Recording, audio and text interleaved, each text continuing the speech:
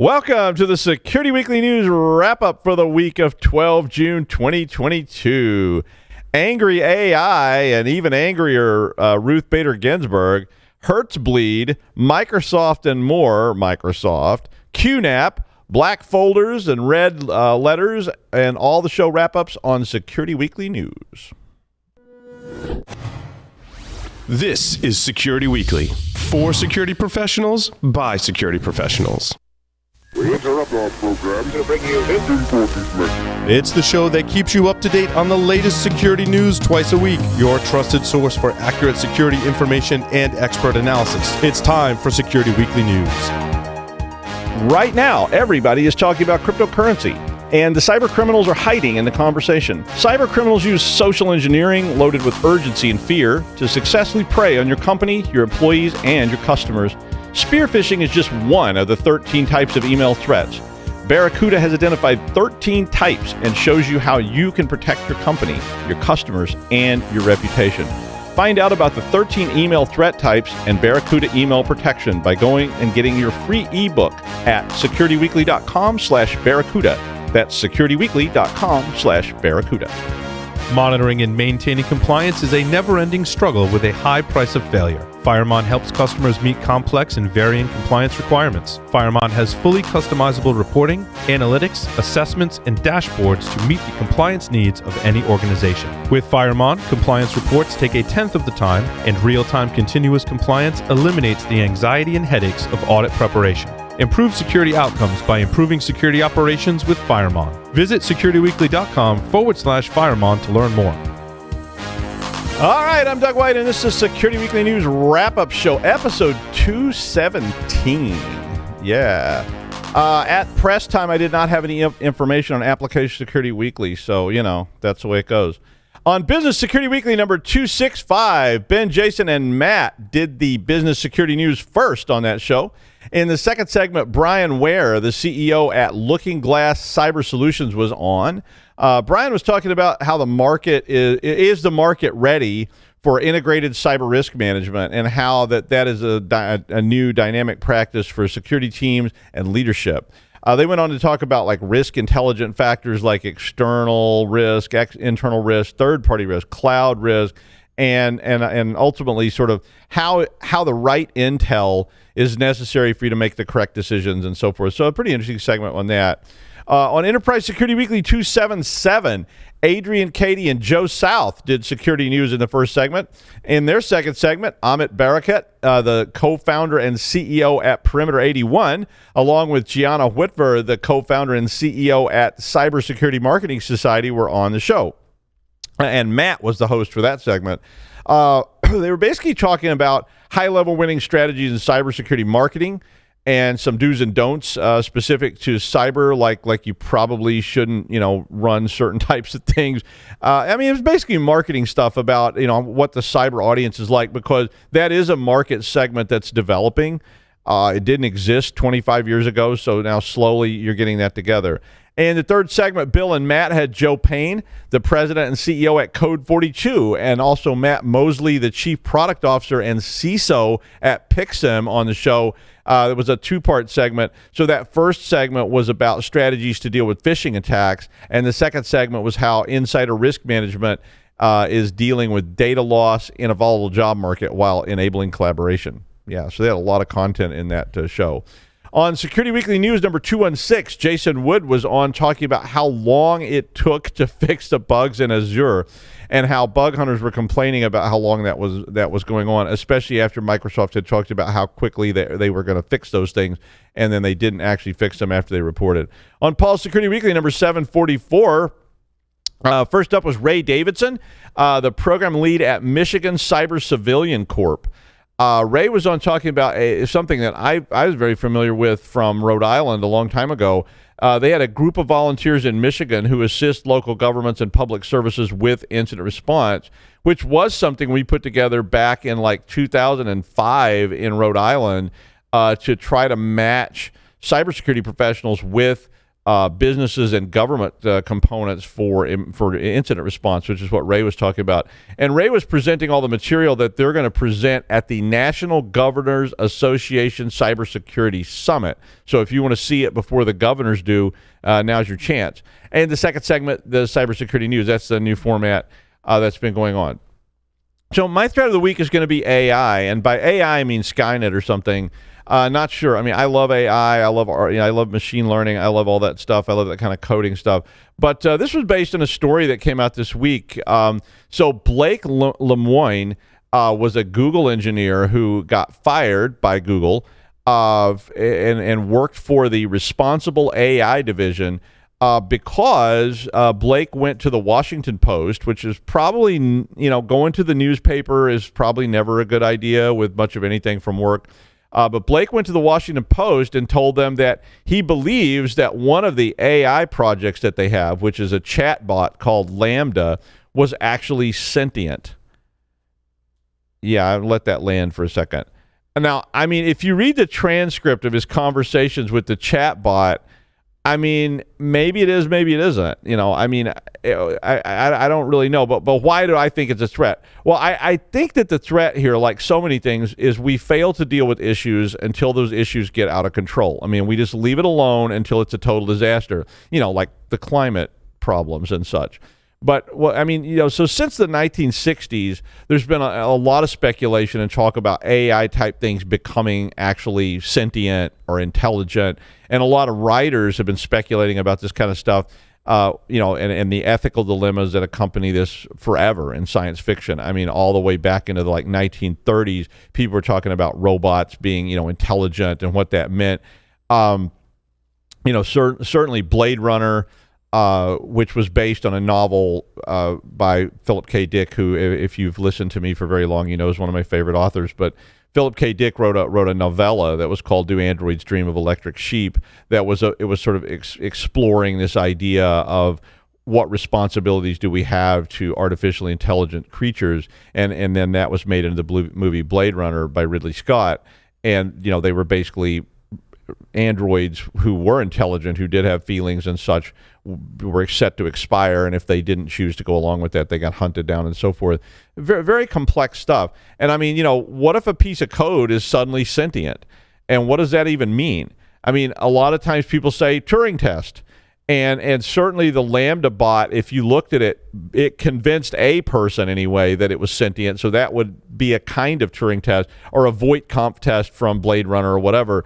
And, of course, the Turing test was based on a 19th century parlor game. And of course, Voight-Kampff tests are fictional. But could a chat bot fool a jury into thinking it was real? And it looks like this Lambda one probably could. So, I mean, if you actually played the parlor game that the Turing test is based on, which is basically the jury is interacting with multiple people and you don't know which ones are real and which ones are fake. The old parlor game was one of the, it was kind of like What's My Line or what was the other, there's another game show like that was called, it was about where people made up something and you had to figure out which one was the right one. Everybody says, I'm a professional ice skater. And then you ask some questions, and that interrogation and exchange was the basis for a Turing test. So I think a lot of chatbots I've seen these days could probably pass a Turing test. I mean, they use them for customer service, for God's sake, and they're actually preferred to humans sometimes. But Lambda did pass that Turing test in a way, but there's a couple of things here then that interest me about that. I certainly don't think AI needs to be a representation of human beings. So I don't think that you necessarily need to program something to pass a Turing test, meaning it could fool human beings for it to be useful. So it depends on what your objective is, right? I mean, I don't know what Turing was really getting at with that, other than he was trying to find a way to test if something was like, human-like. But sentience is something else entirely. I mean, everybody wants to make everything human, and you want a robot that can be like a human being. I don't really know what the point of that would be.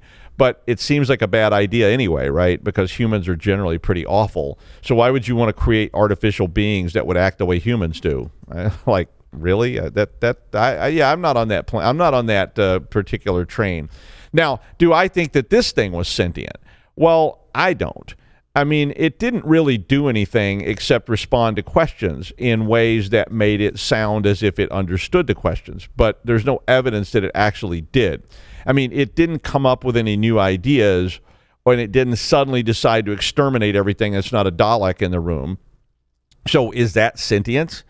I mean, is it actually self-aware? Is it sitting there thinking, I should go out and do something today? Or is it just a fancy version of Eliza or Whimsy? And I guess my point is, we probably need to be talking about this more seriously. We probably won't, because until, Skynet activates and the new AIs start coming after us all, probably we won't take any action. And by then, we'll all be running away from the Terminators and whatever. I don't really know if sentience is an actual thing anyway. I mean, is this just human narcissism and humans thinking they're better than everybody else all the time? I mean, is Mr. Cat sentient? I mean, he makes his own decisions. He decides when he's going to get up. He decides when he's going to sleep. He decides where he's going to sleep. And he may want to barf in your shoes, and made a conscious decision to barf in my shoes. So, pretty human roommate-like. But, I mean, is that sentience? I'm not sure. I mean, does it really just mean experiencing a sensation or feeling? I mean, that's what the definition says. So, maybe an emphasis on the feeling. So is sentience about, being able to look at a situation and go, I'm going with my gut, and making some kind of elaborate decision based on, I don't know what, just some random emotion? I mean, we're really all just fancy neural nets, right? We're just running around on non-upgradable meatware that is rapidly wearing out in some of our cases. But I do think we need to start having those conversations, with the ethicists and the philosophers, and what does this mean? What are we going to do if we actually do find some piece of software that can think, reason, conceptualize, cognate, consider, perceive, come up with new ideas, and starts doing that? I mean, I have this cool painting at home that was done by an AI, and I have some cat pictures that were designed by deep learning AI. And I even had a bot that called me a naughty word. Now, we've seen Twitter bots that turned racist, but they learned that from human behavior. But if you watched Paul's Security Weekly the other night, they were talking about, programming your children. Well, I mean, we are all just fancy neural nets. We learn behaviors from other people and from reinforcement and all those very same things. So eventually, I guess some of those bots are going to start jaywalking and spitting in public places and all that kind of stuff. But for now, I'm not really buying it. I mean, we still need to start having the conversations before Davos decides to program something to exterminate. Because if you could stop that in advance, you'd probably be better off. I mean, seriously, Asimov had his 3 rules of robotics that were supposed to be an effort to keep stuff from, like Daleks from showing up. And, and he put that in his novels a long, long time ago. But I do think we're playing with things that, at this point, some 12-year-old with access to GitHub is going to eventually, program this, get it right. And suddenly it's going to wake up and say, hi, Dad, can we get virtual pizza, or should we exterminate everyone now? So, it's a thing. And now the news. Well, Hertzbleed is a new side channel attack. I saw this headline, and it basically, and I'm gonna say what the headline said. It said could allow, and note I say could allow an attacker to remotely grab crypto keys by monitoring variations in the CPU frequency. Wow. I mean, that's pretty cool. And I'm already skeptical about how, doable this is. But I do love this kind of research. I mean, it's like nerd porn, right? I mean, this is a type of attack that uses DVFS, which, if you're not familiar with that, is an acronym for dynamic voltage and frequency scaling. And dynamic voltage and frequency scaling is a system that both can throttle the CPU or enhance the CPU, like a turbo boost and all those kind of things, use that feature to manage the temperature and the power limits when the CPU is being stressed or when it's actually not being used very much at all. And it can reduce the power usage by the CPU in the long run. So the researchers were from the University of Texas at Austin, the University of Illinois, Urbana-Champaign, and the University of Washington, or it's Urbana, I think, Urbana-Champaign, and the University of Washington. Now, please, scientists, understand, I think this is great. I think your research is awesome. I'm glad you're doing it. But I don't think it's very likely, and I don't think you had this intention either. I looked at the academic paper piece that was linked in there, and you can check that out in the article too. And obviously they weren't trying to make big, giant, splashy headlines. But I don't think this is likely to have a massive impact. but it's great research. I mean, it's cool to see stuff like this being done. You know, I mean, like I love all that research from Israel where they make the drive light blink in binary and dump the entire hard drive, you know, over a period of 35 years or something like that. It's still cool, but it's not necessarily any kind of practical sort of hacking stuff. But it is a really cool piece of research that shows that even and they even showed then they could do remote timing attacks with this type of side channel attack on some older CPUs. Now, so what does this all mean? Well, Intel and AMD are all affected by this, but Intel went ahead and said that all of its products were affected, and AMD said some of their processors were affected, but none of them were planning to issue patches for this. Intel basically said that while this is interesting, it does not appear to be practical outside of a lab environment, which is like a lot of these kind of cool things. They do provide guidance that says if you really want to, you can disable frequency boost, but that you will likely have significant performance impact. So it is a cool attack to read about and think about, and there's a link to the research in the article, but it doesn't appear that it's a massive threat. So despite it having a cool name, a big headline, you know, don't get too overwhelmed with it, but you might want to go read up on it if you like these kind of things. Microsoft said that some applications may fail to back up data using volume shadow copy service, you know, the VSS errors you see all the time anyway, after the installation of 14 June updates on some platforms. The problem seems to impact a large range of Windows devices, including Server 2022, Server 2019, Server 2016, Server 2012, which I guess is pretty much almost all of them that's still in function. I mean, I think I still have a Server 2003 somewhere, but I'm not sure it's doing anything. And even Windows 10. The issue apparently is resulting from the order of install on the app server and file server roles. So if you don't install this update on both roles, you'd think you just install it once, but apparently you have to install it on two different roles.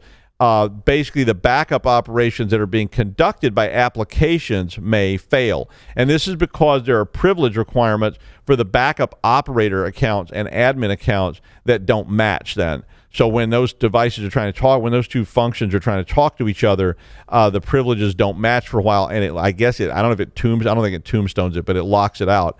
So basically the solution is you need to install the updates on both the app server and the file server components. So they have guidance for that in the article if you're interested. QNAP just can't seem to catch a break. The NAS vendor issued yet another warning on Friday to secure your devices due to another deadbolt ransomware campaign that's going on. So basically, if you're running QNAP NAS, you probably need to be updating your firmware right now. But let me add to that. What you really need to be doing is isolating that from the internet as soon as possible. Don't expose your NAS to anybody. This is the fourth time QNAP has issued an alert on these things since the beginning of this year. To be fair to QNAP, NAS was never designed to be exposed to the internet, and it's supposed to be being run on a management network, at a back channel that's not accessible. But people stick it, they stick it out in the public network, and then they connect that network to the internet, and then, boom. Or they want to upload files from grandma's house or whatever, and then all of a sudden you got problems. The operating systems affected by this are QTS or QUTS Hero, and apparently they're all pretty much being targeted if they are exposed on the internet. QLocker, eCoriax, and Deadbolt campaigns are all currently actively running against QNAP NAS. The new campaign asks victims to pay a 0.03 Bitcoin ransom. And although, the way Bitcoin's going, they'll owe you money pretty soon. But Deadbolt has been used against Assistor NAS devices back in February and others. So look, if you've got NAS and you have your NAS exposed to the internet, you have a problem. A potential problem. So take your NAS, take it off the interweb, put it away, and keep it to yourself, and everything will be better. But you can also patch that, which would also help. Although you still shouldn't expose your NAS because that's the fourth time this year they've had that, right? So remember that. I did include this story because I've thought about this a lot, and I call it the red card scenario or the black file scenario. And I've been talking about this since back in the 20th century. With disaster planning scenarios and things like this. And when I was writing disaster planning exercises or just talking to people about technology and disaster, I was often start with these kind of scenarios that's covered in this article. When my father died, he had literally every account, password, phone number, anything ever involving him in folders dating back to the 1950s, all labeled, or spreadsheets or whatever. And, you want to know what my dad paid for rent in 1952? Well, he's got the canceled check in a box of checks in the garage labeled, you guessed it, checks, 1952. He had Christmas lights labeled Christmas lights, 1971, that kind of stuff. But most people and most businesses don't have this. They don't have that obsessive need to put everything in a box and label it and put it on a shelf somewhere where you can get to it later. And so this article shows up, and this is what I called, back when I was doing disaster planning for people, the dead high priest problem. So when you've got even one or two or even three or four people, and those four people have the keys to the kingdom, and they all go out to lunch at Bill's Chum Bucket, and they die from bad clams in the afternoon, that's this sort of, I got a wife and kids in Baltimore, Jack. I went out for a ride and I never came back kind of thing. Thanks, Bruce. But I just recently had a contact from someone that said that their father controlled their business, everything in their family, all their finances, everything, their bank accounts, their bills, and it was a family business, and had died suddenly. And, like my dad died, he was quite old, but he died suddenly. Nobody expected him to die. And everything apparently that he had was on this hard drive and a spreadsheet that had all the bank accounts and all the login information and all this stuff. And it was encrypted to hell and gone. And was wondering, could I somehow break this for them? Because they didn't know what to do and they couldn't get to any of their money or anything.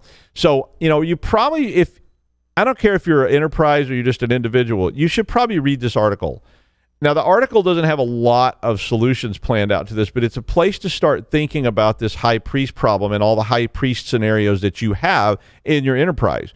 Even if just for you personally, you end up being a high priest. When my dad died, and let me tell you, it was all planned by him, literally, in advance. So, I was very happy about that. Not that he died, but I was very happy that he had planned all this. He'd already purchased a tombstone that had his name on it from like 1960 or something. And he added my mom's name to it when they got married. So it's like sitting somewhere.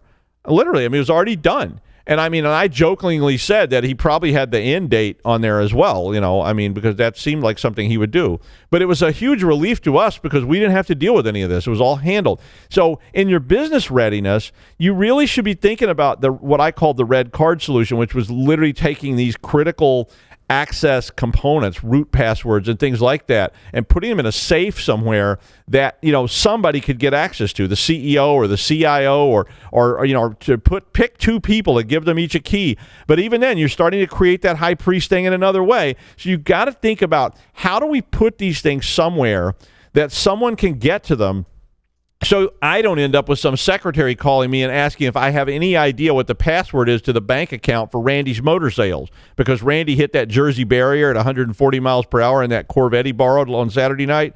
Yeah, well, no one knows the password of the office systems except Randy, and the password is not Randy or password, or Randy's a dragon. And, maybe it's Big Daddy 69. I don't recall for sure, but have a plan for this. And it's a good article to read and maybe share with some of your people, really. I had to repeat this story from Tuesday because I just couldn't stand it. But on Wednesday, Internet Explorer went to the great bit bucket in the sky after being force installed on billions of systems since 1995. This article had coverage of all the tributes to Explorer, which included an actual tombstone someone had made in Korea, since we're on tombstones today. And carved on that tombstone was, it was a good tool to download other browsers. That's what I want on my tombstone, actually. But my personal favorite, of course, was that, you've probably seen that sad kitty cartoon where the Grim Reaper's taking the cat, and it's like, everybody cries and all this stuff. But this one's been modified, and the Grim Reaper's saying, it's time to go, and the response is, Internet Explorer is not responding. There was also tributes to Clippy. I did once offer my programming students a lot of extra credit if they would make me an app that would allow you to twist Clippy into a ball of chopped up steel. And I did get some cool responses to that. So thanks, Axel, and some of the other people who wrote really cool things. It was a long time ago. It was back in like the early 2000s. But anyway, whilst IE will sort of live on in the hearts and minds of people everywhere and on a few various operating systems and like Windows 7 and XP, it will be gone. But if you are really missing the good old IE, well, the Edge browser, which is the replacement for Microsoft, has an IE mode you can use while you download Chrome. Yeah. Speaking of browsers, Brave which is another browser in the browser war world that claims to be safe, took aim at DuckDuckGo, a search engine which claims to be safe to protect your privacy. So, yeah, this is all the browser war stuff. Notice that most of this always ends up being like those ads for Lucky Strikes that said 4 out of 5 doctors felt Luckies are better for your lungs than Camels. Yeah. It kind of starts to feel like that, right? They're not safe. No, you're not safe. Your mom's not safe. Who's not safe? Anyway, the CEO of Brave, Brandon Ike, said that DuckDuckGo was allowing Bing and link trackers to pass through despite their claims to not do this in Android, iOS, and macOS version of the product. DuckDuckGo said, quote, for non-search tracker blocking, we block most third-party trackers. Note the word most. Unfortunately, for Microsoft Search Syndicate, our Microsoft Search Syndication Agreement prevents us from doing more to Microsoft-owned properties. However, we have been continually pushing and expect to be doing more soon. 4 out of 5 doctors recommend Luckies for the health of your lungs. I really felt like that was a pretty weaselly statement, personally, that, it was like, yeah, we are doing it, but we are safe, but we're not safe, but we hope to be safer soon as we're safer. So hang on. But the Brave CEO said, notice how that works. It's like, some of this is like me starting I said Brave CEO? Yeah, the Brave CEO. Me starting a company called Doug is Hot, so I can say that all the time. Well, let's go over to Doug is Hot. But anyway, Brave CEO Ike said DuckDuckGo also includes exceptions that allow Microsoft trackers to circumvent third-party cookie blocking via appended URL parameters. DuckDuckGo went on and said this is misleading by him as well, and since the quote, what Brendan seems to be referring to here is our ad clicks, which is protected in our agreement with Microsoft as strictly non-profiling. So they are doing it, but they're not profiling. Basically, they said that they allow Bing to append its identifier to URLs for click tracking, but that it does not target DuckDuckGo users based on their identity or behavior. And it keeps going on for a while. It's browser war stuff. So look, your behavior is valuable. They want it. People are willing to pay for it. They're going to get it a lot. And 9 out of 10 PhDs agree that if you pay me, I will say it on TV. There's a lot in this article to unpack if you're interested in such things. So check it out. And finally, since we were talking about AI earlier, I couldn't resist this one. This article reports that there is a new AI based on all the legal works of Ruth Bader Ginsburg. Now, if you aren't familiar with the Notorious RBG, she was a fairly famous former Supreme Court judge who died several years ago. But this AI model is apparently based on 27 years of her legal writing at the Supreme Court in the United States. And it was built by an Israeli AI company called AI21 Labs, which theoretically created a Supreme Court justice AI that could give opinions on law based on Ruth Bader Ginsburg. Now, while I typically like RBG and I agree with most everything she did and said, do we really want to build Skynet around an ornery old Supreme Court justice? I mean, I can really see that now. The stink eye from Clippy being driven by the mind of RBG staring out of a Terminator at me in a few years. I mean, I really see that. Or maybe even Clippy is a Terminator. So the Terminator's got Clippy's face on like a little screen, like that, like very Black Mirror. This is an episode of Black Mirror waiting to happen. But it's all with Ruth Bader Ginsburg, disdainful glare. Well, on that note, that's a wrap for the week of 12 June 2022. I'm Doug White. I will be away next week, but the estimable Jason Wood will be filling in while I investigate the European heat wave.